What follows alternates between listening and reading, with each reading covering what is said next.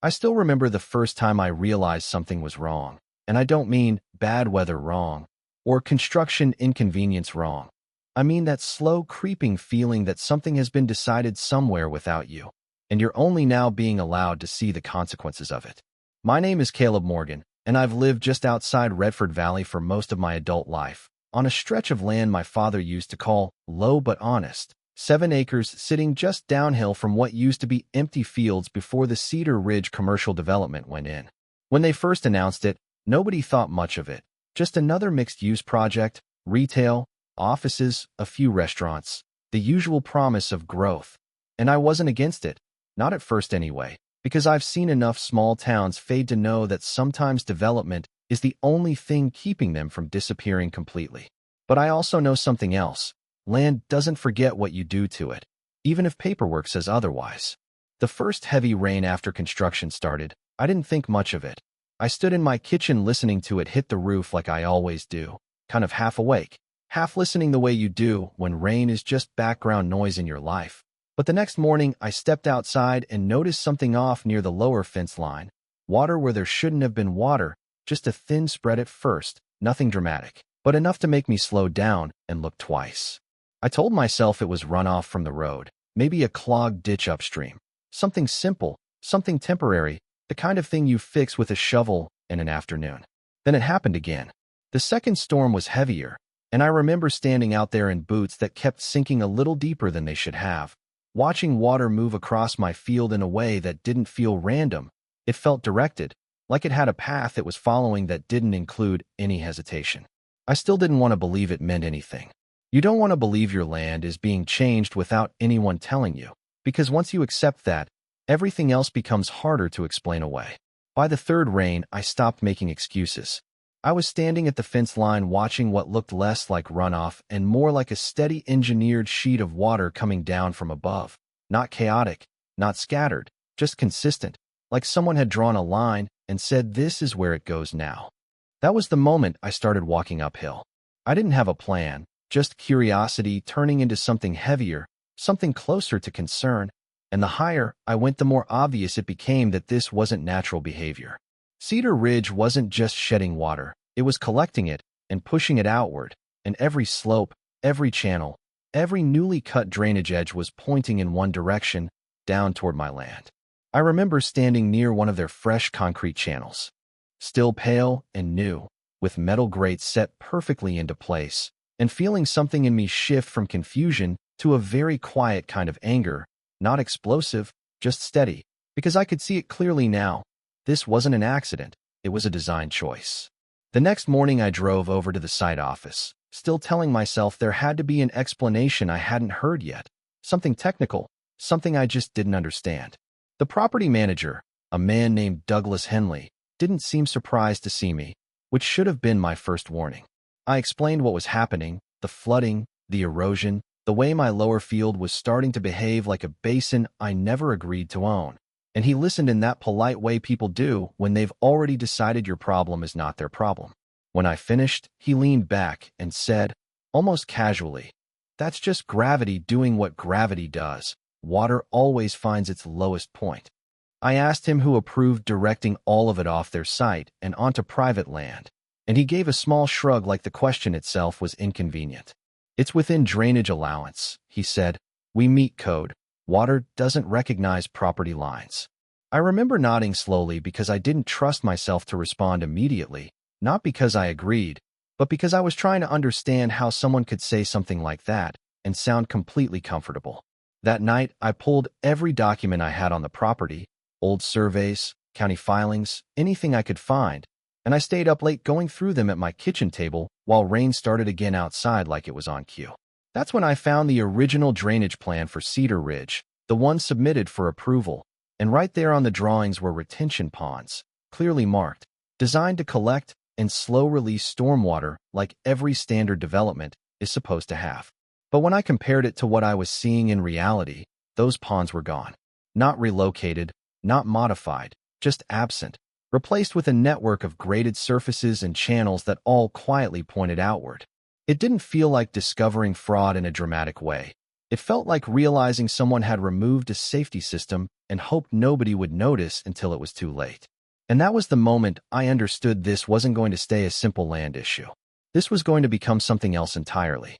Started with a kind of rain that doesn't feel dramatic when you're inside looking at it, but becomes completely different the moment you step out into it, like the world is quietly reminding you that you don't actually control as much as you think you do. I remember standing at my window that morning with a cup of coffee gone cold in my hand, watching Cedar Ridge in the distance, thinking maybe I was overreacting, maybe what I was seeing on my land was just bad timing, bad grading, normal growing pains of a new development. But then I saw the water again, moving in that same steady, deliberate direction downhill, and the doubt didn't disappear, it just got quieter. By the time I walked out to the lower field, the ground had already changed character. The soil soft where it used to be firm, small channels forming where no channels had ever existed before, and I could see the edges of my pasture starting to break down like it was being slowly rewritten. That afternoon, I called the Cedar Ridge site office again, and this time the tone on the other end had shifted slightly, less patient, more rehearsed. I spoke to Douglas Henley again, and I told him very directly that their drainage system was failing and it was affecting private property. He didn't argue at first, just let me talk. And then he said something that stuck with me more than I expected. The system is performing within expected dispersion range. I actually laughed at that, not because it was funny, but because of how cleanly it avoided reality, like they had built a vocabulary specifically designed to never say the word damage. I told him my field didn't care about dispersion ranges. It cared about staying land and not turning into a swamp every time it rained. And there was a pause before he said, "We can log your concern." That was it. Log it. Like water respects logs. That night I couldn't sleep, so I did what I probably should have done earlier. I went down to the county office and pulled the full approval packet for Cedar Ridge. I sat there under fluorescent lights flipping through pages of engineering drawings, stormwater calculations, environmental impact summaries, and everything looked fine at first glance, almost reassuring, until I found the section that showed phased drainage infrastructure. Phase 1 clearly required temporary containment. Phase 2 required full retention pond completion. But Phase 2 wasn't built. Or at least it wasn't built where it was supposed to be. The ponds existed only on paper, while in reality the grading had already been finalized, meaning the system had been locked into a permanent state of imbalance. I remember sitting there thinking, this isn't a mistake anymore. This is a decision that only works as long as nobody looks too closely. The next storm proved it.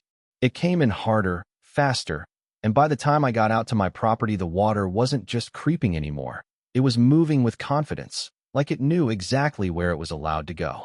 It reached the fence line within hours, then pushed past it in small but steady waves, and I stood there in boots again, this time not trying to convince myself it was normal. That was the day I made my first real call, not emotional, not reactive, but structured.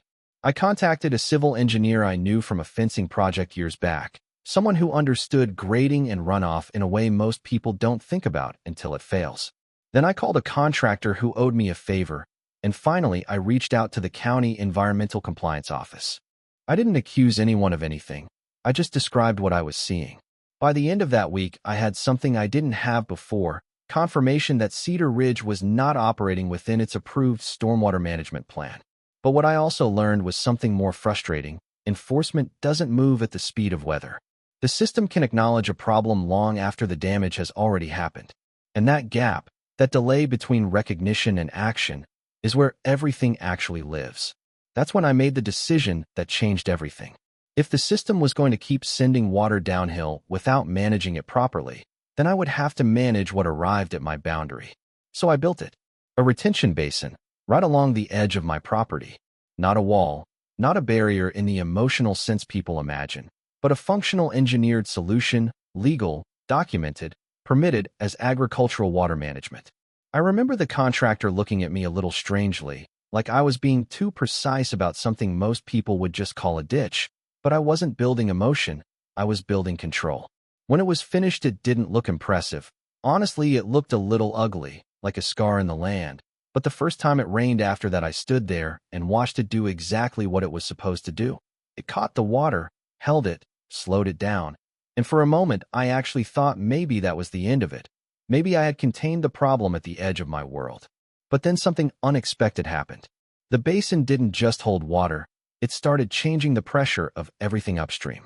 Cedar Ridge began showing signs of strain, subtle at first, water pooling in places that used to drain cleanly, small disruptions in parking areas, maintenance calls increasing, delivery trucks adjusting routes.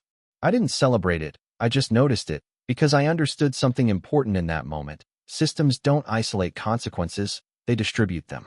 And I had just forced distribution in a direction nobody had planned for. That's when I got the second call from Douglas Henley, and his voice didn't sound confident anymore. It sounded controlled, but thinner. He said, "Your structure is causing backflow conditions affecting commercial operations." And I remember standing there in the rain thinking, so now it has a name.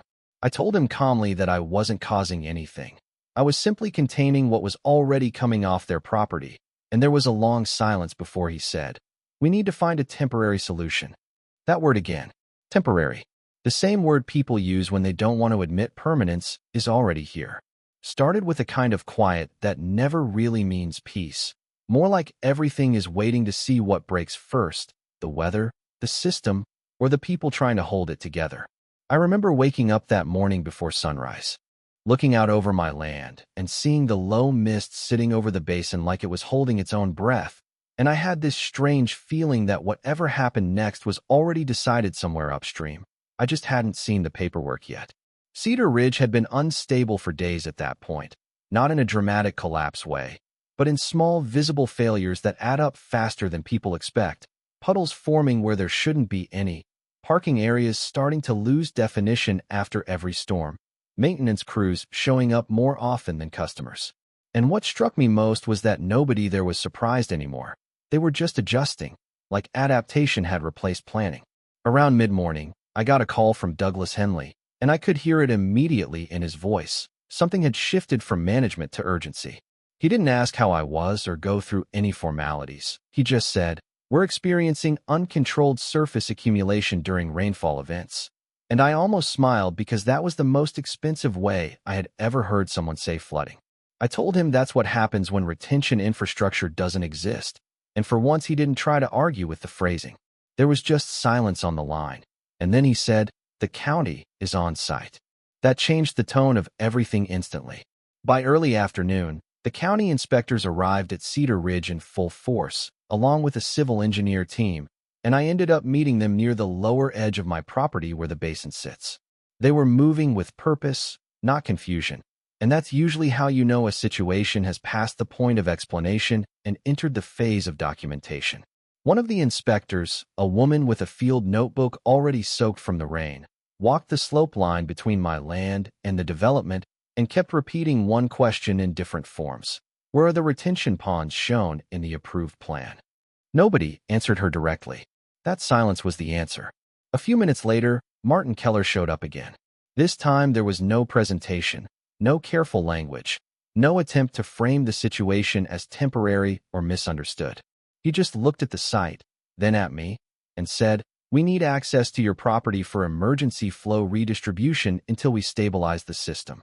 And I remember thinking how interesting it was that emergency always arrives after preventable is no longer useful. I told him no, not with anger, just with clarity, because by that point it wasn't personal anymore, it was structural.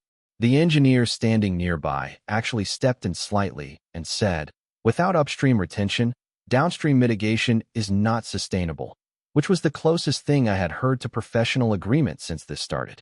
Keller tried again, offering compensation, offering temporary agreements, offering maintenance coverage for my basin, and I just listened. Not because I was considering it, but because I was watching the shape of negotiation collapse into reality. Finally, I said to him, "You don't need access to my land. You need to fix your system." And for the first time, he didn't respond immediately.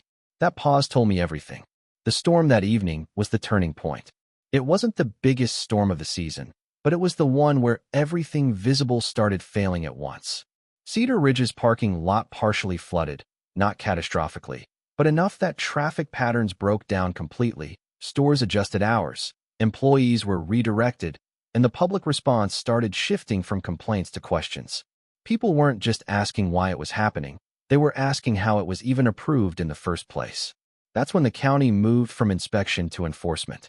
Notices went out, emergency assessments began, and engineering teams started reevaluating the entire drainage design as built versus approved, and the discrepancy was impossible to ignore. No retention ponds meant no compliance, and no compliance meant the entire drainage strategy was legally invalid. I stood on my porch that night watching headlights reflect off pooled water in places that had always been dry before, and I didn't feel like I had won anything. It didn't feel like victory. It felt like exposure, like something that had been hidden too long finally had nowhere left to go. 2 days later, Keller came back one last time. He didn't bring a team this time, just himself, and he looked tired in a way that had nothing to do with sleep. He said they were initiating full reconstruction of the stormwater system according to original approved plans, including rebuilding retention ponds, restoring internal drainage containment, and rerouting all surface runoff away from external properties. Then he added something I didn't expect. He said, "We will also restore your land to pre-impact condition as part of settlement." I asked him what changed, and he didn't try to spin it. He just said, "The system failed publicly, and now we have no choice but to fix it publicly." That was the truth at the center of everything. Not morality, not justice, just visibility. Over the next weeks, construction crews came back in, not to build something new, but to correct something that should never have been left incomplete. Earth was moved again, grading was redone, retention ponds were finally excavated and lined properly, and for the first time since this all started, water began behaving like it had somewhere to belong. The basin on my land stayed, unchanged, but it stopped being the center of anything. It just became part of a balanced system again. One evening, I stood out there after a light rain and watched everything drain the way it was supposed to, quietly, without drama, and I realized something simple but important. Most conflicts like this don't end because someone wins. They end because reality becomes too expensive to ignore. And when that happens, even the most confident systems eventually have to correct themselves. If you made it to the end, I'm genuinely curious where you stand on it, because I still think about that first storm sometimes, and whether any of this was ever avoidable or just waiting for the right amount of pressure to make it visible. So tell me what you think in the comments. Did I protect my land the right way, or did I force a system to break before it was ready to fix itself? I'd like to hear how you see it.